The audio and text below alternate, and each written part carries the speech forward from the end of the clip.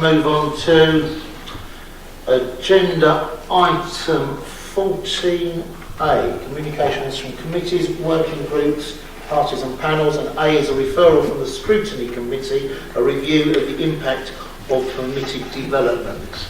I'd like to move this, Chair. And I'll second it, Chair. First of all, I would seek the patience of my colleagues in moving an amendment to the recommendations, which is brought about by things I'll explain later, but it's to include in A, the recommendation to include the town centre as defined by the red line around the area of action plan. So, with that addition, that is now the new recommendation. This report from the Scrutiny Committee, which we're acting upon, obviously relates to permitted development rights.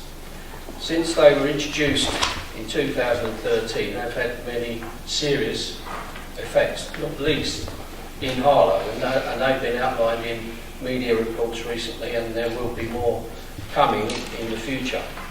Particularly the paper last week drew attention to the problems that are faced by schools, and the school that I'm involved in, Taviesdale School, the closest to Templefields, they're having to cope with under severe strain because of the situation permitted development rights puts them in, with children presenting with all sorts of issues. They consider, and I think this is something we perhaps should take further on their behalf, that the boroughs that are sending people to Harlow, that includes children, should actually make some contribution to the extra costs that schools face in having to deal with these extra pupils. But it's not just about the individuals, which, you know, it's not their fault that they've come here with losing all connection with their previous communities and families. And the teams of officers from different services are trying their best to help these people to alleviate the effects of them being transported here. But of course, it also affects the planning issue as far as Harlow is concerned. Our local plan inquiry started today, and to be honest, permitted development is making a mockery of planning. So much so that at the Harlow and Gilston Garden Town meeting in here a few days ago, it was proposed by a colleague from Hertfordshire that we actually write as a garden town to the Minister, pointing out how does he expect us to plan for the garden town when permitted development rights are just cutting away all the plans that we're trying to make. But of course this is just the end of a chain of events. What's happening in Harlow actually starts with the broken housing market that actually leads to people being evicted from private tenancies, and then local authorities having to carry out their responsibilities for trying to find somewhere for homeless families to go. And that's how they end up in Harlow. But we know where it starts. Now, all the representations that have been made by our MP, by Essex authorities jointly, by our own General Manager who's been up to have a meeting with the Minister, all these representations unfortunately are going to go nowhere, because the Malthouse, the Housing Minister, has recently announced he considers this to be a great success. It's delivered, as far as they're concerned, over 30,000 housing units. Of course, we all know what those housing units actually are. So, in the end, and just one last thing, he's not only considers it a success, but he's looking to expand the permitted development rights to actually start turning shops into units of accommodation. That's why we need to include the town centre. One of the reasons. So, to conclude, the only thing we can do is to apply for Article 4 powers. And we have to apply. We can't carry this through unilaterally. We have to apply to the Minister and we have to go through certain processes. Now, because you could say, why haven't we done this already? The reports and the investigations of the Scrutiny Committee are absolutely essential that we can compile the evidence so that when we go to the Minister we can show why we need these powers. So I would ask my colleagues and hope that the Cabinet will agree to adopt. Unfortunately, you couldn't actually make that meeting. It was extremely useful. Both Robert and Brian sort of conveyed the issues quite forcibly to the Minister. I was able to provide a copy of this report.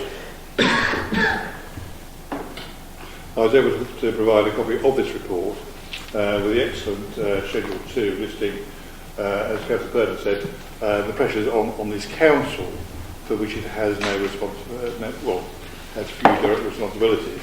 There is no disagreement that it is a mess and something needs to be done about it. And clearly, were we voting, we would support the Article 4 directive. Obviously, the Minister couldn't say anything about the Schedule 4 because he won't be making a decision in due course. But certainly, we were able to lobby and explain what the problems were. Yes, there is a broken housing market. It's been developing over the last 30 years. As no government of any complexion has built enough houses, and it's just been a growing problem. There's no reason to say that we have to put up with it. Obviously, those on the boroughs having to refer that people here don't have the accommodation themselves. But it can and should be handled better. The local authorities who are transferring should actually contact us or contact us beforehand to say where there are people in need or in needs are coming and what provision there should be. The Managing Director has written to the London boroughs pointing this out to them, and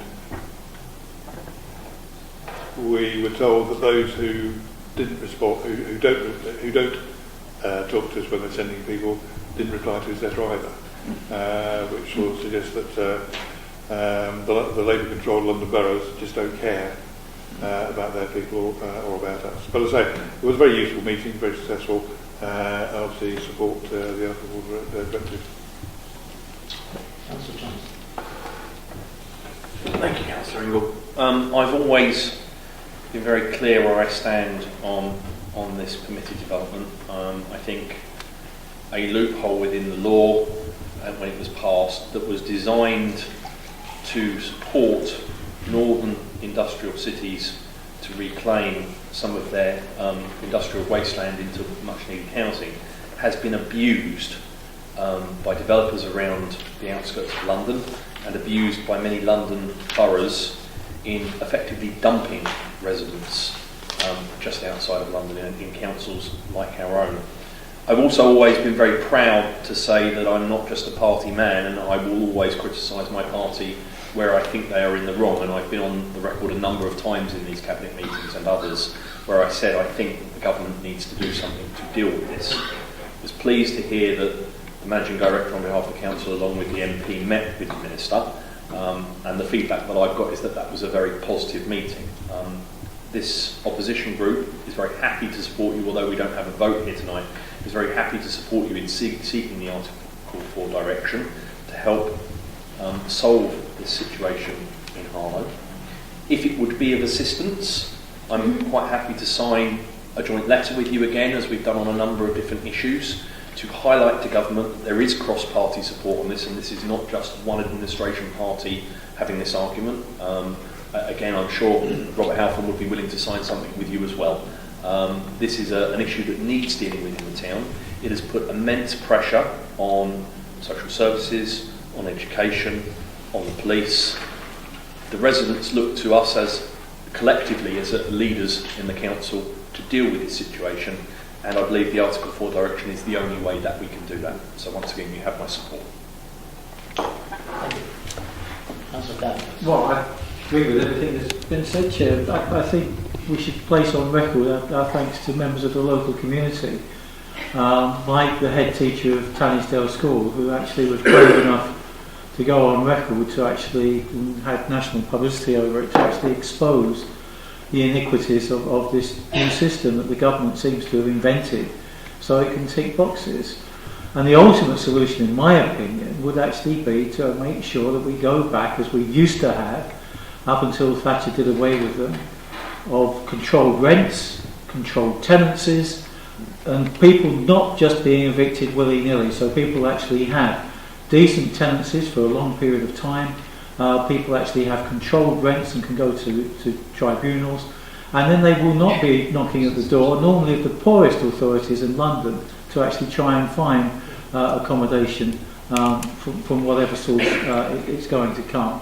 So yes, there is a solution. It's a political solution. The government has taken the easy way of actually converting offices, and now we hear the new bright idea is to actually convert shops. I assume that the first and second floors and boardwalk and so on will be next on the eyes of these unscrupulous developers who charge a fortune in rents and don't care about people actually living in substandard accommodation.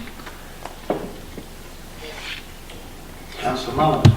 It's very rare that you agree with everything that's been said in the room from both sides, and it actually makes me quite proud to be a Harlow councillor to have complete agreement in this room. Can I just put on record my thanks for officers and members of the scrutiny committee actually who compiled this report. It really does show that actually these committees can make a difference, and they do punch some weight when they write good reports like this. And if it can lead to evidence, probably Article 4 is really good to hear, so thank you.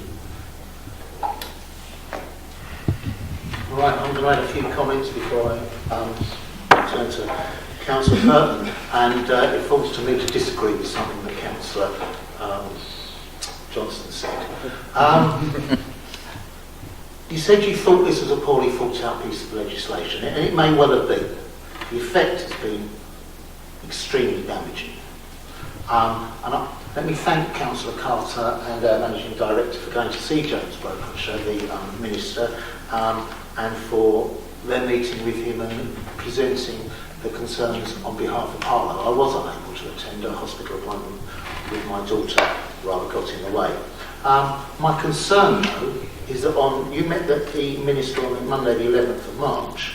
On the 12th of March, I was again in Westminster at a meeting of the all-party parliamentary group on new towns, when a policy wonk, whose name I can't remember, but very much in the ear of James Brokenshire, was congratulating himself and the government on the success of permitted development, and talking about, as Councillor Danvers said, how they intend to expand permitted development to include old shop sites. Now, if it were a mistake and it had unintended consequences, and now they have been made aware of those unintended consequences, I cannot for the life of me see why they intend to expand it. Let's hope that the Minister heard, and let's hope that the policy wonk was out of date.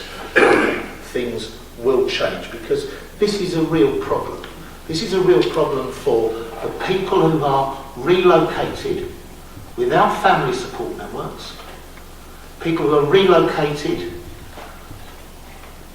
without this proper infrastructure being provided for them, without schooling being provided for them by the council of their origination. It's a real problem for existing Harlow residents and their children whose schools become overcrowded. This is a real problem that needs to be addressed. So I do thank you for your support. I'm concerned about what I heard on the 12th of March. Councillor Purden. Yeah, I just want to emphasise the common view here is not just held in this chamber, but in fact is held by all councils in all parts of the country. I meet colleagues from East Herts, from Hertfordshire, from Essex, all the authorities in Essex wrote jointly. It seems like everybody except the government accepts that this has got to stop. But unfortunately, as has been said, they're going to expand it. And I cannot understand why they seem oblivious to what everybody involved in local government thinks is what should happen, which is that it should stop. Just to make sure everybody understands, this isn't a straightforward process.